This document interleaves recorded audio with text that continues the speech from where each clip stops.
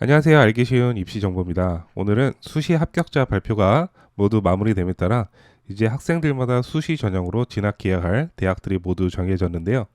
제가 근무하는 곳에서도 이번에 서울대 학생 합격자가 인문과 자연계열 각각 한 명씩 나와 작년에 한 명밖에 없었던 것 치고는 꽤 괜찮았던 시즌이었던 것 같습니다. 이 두 학생 모두 제가 3학년 1년 동안 생기부를 코칭했던 만큼 나름 보람이 있었습니다. 이 중 한 학생이 저와 고등학교 2학년 말에 한번 봤었는데요. 2학년 모두 마치고 내신이 약 1.3 정도 나온 학생이었습니다. 내신이 1.3이니까 서울대 당연한 거 아니냐라고 생각하시겠지만 서울대학교는 교과 전형이 없는 거 모두 아시죠?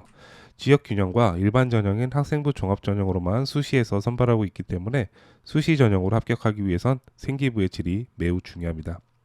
하지만 이 학생의 출신 고등학교가 생기부를 작성하는데 좋은 학교가 아니라서 고민이 많았었는데요. 이 학생의 생기부를 봤을 땐 나름 열심히 한 흔적은 있었지만 세부적으로 뭔가 하나의 탐구 주제를 골라서 한 게 아니라 주제는 넓게 분포되지만 지역적으로 접근한 것밖에 없어서 3학년에 그 부분을 보완해서 관리를 했었습니다. 그래서 오늘 이야기하고 싶은 게 뭐냐? 바로 서울대를 가고 싶다면 반드시 있어야 할 것들에 대해 이야기해 보려 합니다. 그럼 오늘 이야기 시작해 보도록 하겠습니다. 다시 그 학생 이야기를 하자면요. 이 학생 처음에 저와 만났을 때 굉장히 총명해 보였습니다. 뭔가 자기 앞가름을 잘 하고 있다고 해야 하나? 다른 학생과는 좀 분위기가 달랐습니다. 부모님 두 분 모두 그런 거는 잘 모르겠다고 하셨지만 저는 첫눈에 보이더라고요. 바로 이 학생 서울대 갈 만한 학생이겠다라는 것을요. 제가 이 학생 만나고 난 후에 이번 연도 서울대 갈 만한 학생이라고 원장님께 이야기를 많이 했었고 집중적으로 관리를 좀 해보려 한다라고 말씀드렸습니다. 이 학생의 관심 분야가 제가 정말 관심 있어 하는 심리학과인데요. 1년 전에 제가 또 심리학 책에 빠져 있어서 한국인의 불안 심리에 대한 책들을 엄청 많이 챙겨보기도 했었고요. 이 학생도 불안 장애에 관심이 있어서 이야기할 거리가 정말 많아서 생기부를 어떤 주제로 해보자라고 했을 때 죽이 정말 잘 맞았던 것 같습니다. 그래서 이 학생과 이야기를 나누고 여러 가지 판단했을 때 서울대를 갈 만한 학생이라고 느낀 건 바로 내신이 1.3 등급 정도로 전교에서 3등 정도 하는 학생이라는 점은 물론 아니고요. 당연히 그건 선행 조건이 되어야 합니다. 기본적으로 전 과목이 각 대학교에서 요구하는 정도의 학업 능력 정도만 되면 비교과에 따라 합격이 갈라지는데 이 학생 역시 그 학업 역량 면에서는 자격이 충분했었습니다. 이 학생이 서울대를 갈 만한 인재다라고 느낀 건 바로 대학 입학 후에 자신의 희망 분야에서 무엇을 공부하고 싶은지 분명하게 알고 있었다는 것입니다. 단순하게 공부만 잘해서는 안 되며 바로 이 점이 지금 현재 대입에서 가장 중요한 역량이라는 것을 이야기해 드리고 싶습니다. 대한민국 입시가 2010년대 초반부터 본격적으로 학생부 종합전형 위주로 흘러가게 됩니다. 그 이전까진 학생이 무엇을 공부하고 싶은지 중요하지 않았고 일단 수능 잘 봐서 원서 쓸 때 과를 고르는 시절이 있었죠. 뭐 지금도 정시 전형은 그렇게 선발되고 있긴 하지만 어쨌든 지금은 수시 전형이 80%에 육박하게 되었고 상위권 대학교에서는 종합 전형의 비중이 매우 크기 때문에 이 역량이 매우 중요하다고 생각합니다. 제가 이 학생 처음 봤을 때 매우 총명하다는 인상을 받았다고 말씀드렸는데 거의 대부분의 학생들은 상담할 때 뭔가 분위기라든지 내뿜는 에너지가 굉장히 지쳐 있다, 피곤하다, 공부하기도 바빠 죽겠는데 왜 이런 곳까지 불러내느냐라는 학생들이 거의 대부분입니다. 하지만 이 학생은 달랐습니다. 그 여학생에게 느껴졌던 저의 첫 인상은 뭔가 자신의 인생을 주도해 나가는 느낌이었습니다. 그래서 그 첫 번째 면담 자리에서 절대로 억지로 끌려왔다는 느낌은 못 받았고 뭔가를 얻어가려고 하는 느낌이 굉장히 강했습니다.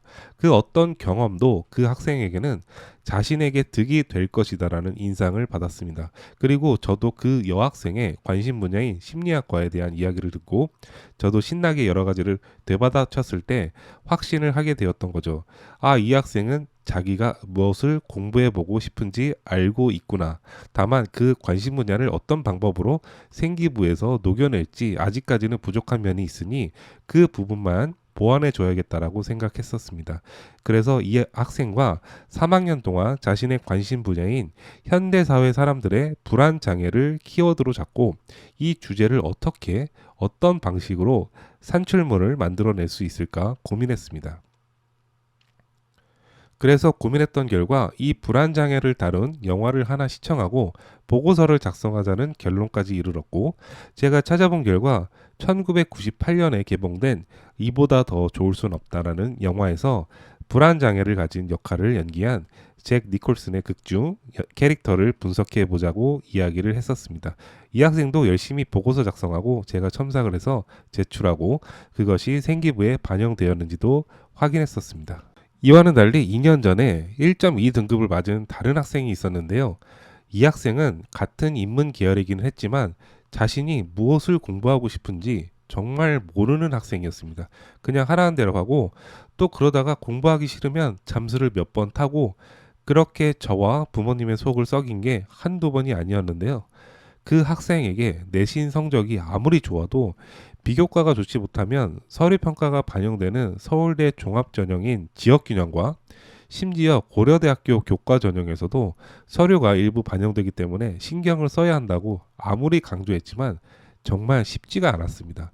그렇게 3학년 1학기까지 모두 마무리되었고 수시 카드를 작성하는데 내신이 높았기 때문에 학교에서는 당연히 서울대 지역균형 자리가 이 학생에게도 돌아가서 서울대를 썼었고, 고려대학교 종합전형은 힘들기 때문에 서류가 일부 반영되더라도 내신 등급 위주 전형인 교과 전형으로도 지원했었는데요. 결과적으로 서류가 반영되는 학교는 모두 탈락하고 그 밑에 서강대를 교과 전형으로 진학했었습니다. 내신이 1.2 등급인데 서강대학교는 조금 아쉬운 측면이 있었죠. 그래서 제가 우리 학원 학생들에게 가장 많이 강조하는 것이 뭐냐면, 서류가 조금이라도 반영되는 전형으로 진학하고자 한다면 반드시 이것을 알아야 한다. 바로 내가 대학 가서 무엇을 공부해보고 싶은지를 분명하게 알아야 한다고 강조합니다. 이것을 알아야 자신이 생기부 활동을 할 때도 어떤 내용으로 채울지 주저없이 이어나갈 수가 있고요. 생기부가 마무리되고 대학 면접에서는 더 자신감 있게 어필할 수가 있습니다. 생기부를 부풀려서 만들 수는 있으나 면접에서는 그게 다 확인이 되기 때문에 생기부뿐 아니라 면접까지 잘 통과하고 싶다면 반드시 자신이 가고 싶은 분야의 하부 카테고리에서 어떤 부분을 공부해 보고 싶다를 학생이 반드시 알아야 하는 것이 중요합니다. 자, 오늘은 서류 전형 위주인 학생부 종합 전형으로 합격하기 위해서 가장 중요한 역량이 무엇인지 이야기를 해봤습니다. 사실 성적도 좋고 생기부 활동 이런 것도 다 알아서 하는 학생이 몇이나 있겠냐만, 제가 유심히 어머님들 관찰을 해보면 학생의 관심 분야는 안중에도 없고 무작정 의대, 약대만 고집하시는 분들이 너무 많습니다. 본인의 욕망과 관심이 거절당하는 순간 학생들은 부모님과 소통을 하려 하지 않기 때문에 더 좋은 퍼포먼스를 낼 수 없습니다. 선행학습도 중요하지만 그 이전에 아이가 좋아하는 분야가 있다면 그것을 계속 발전시킬 수 있는 학부모님이 돼주셨으면 합니다. 이번 영상은 여기서 마무리하겠습니다. 오늘 영상이 2023년 마지막으로 올리는 컨텐츠가 될 것 같은데 2024년에 계획하시는 모든 일들 잘 풀리시길 기원하겠습니다. 모두 새해 복 많이 받으시고 전 다음 주에 다시 좋은 이야기 준비해서 찾아오도록 하겠습니다.